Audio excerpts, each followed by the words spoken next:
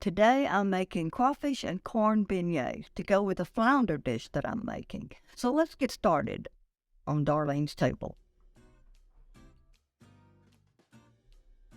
All right, to the 3 cups of flour, I'm adding the Creole seasoning and dried thyme, as well as a tablespoon of baking powder.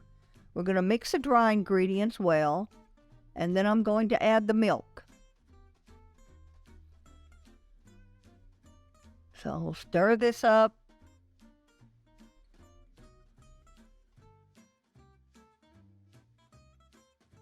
So to the flour mixture, I'm going to add some Tabasco. Do it to your taste. It calls for about a teaspoon. Minced garlic, fresh minced garlic.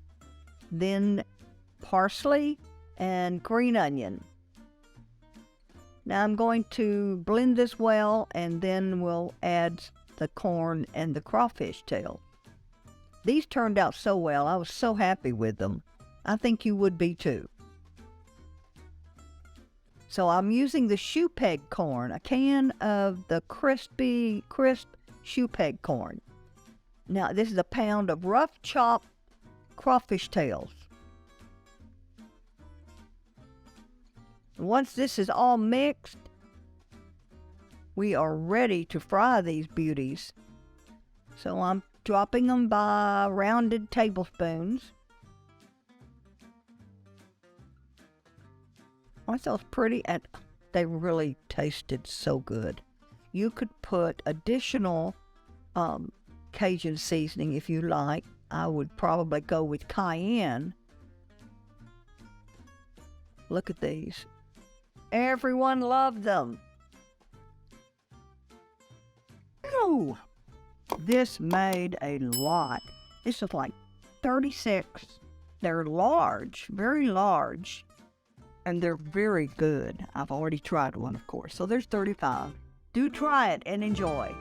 Crawfish and corn beignets. This recipe made a lot of beignets, and that's a good thing, especially if you're having a party or a get-together.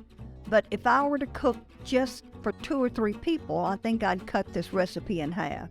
I did some testing on the best method for warming these things up, and I found that the air fryer works perfectly. Just set your air fryer to 400 for about 5 or 6 minutes, and they crisp right up. So if you don't have an air fryer, pop them in a skillet or in the oven for a few minutes. But I definitely do not recommend the microwave. They just turn them to rubber in a microwave.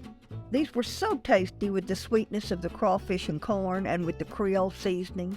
Now listen to this. I made a roulade-type dipping sauce which paired well with the beignets.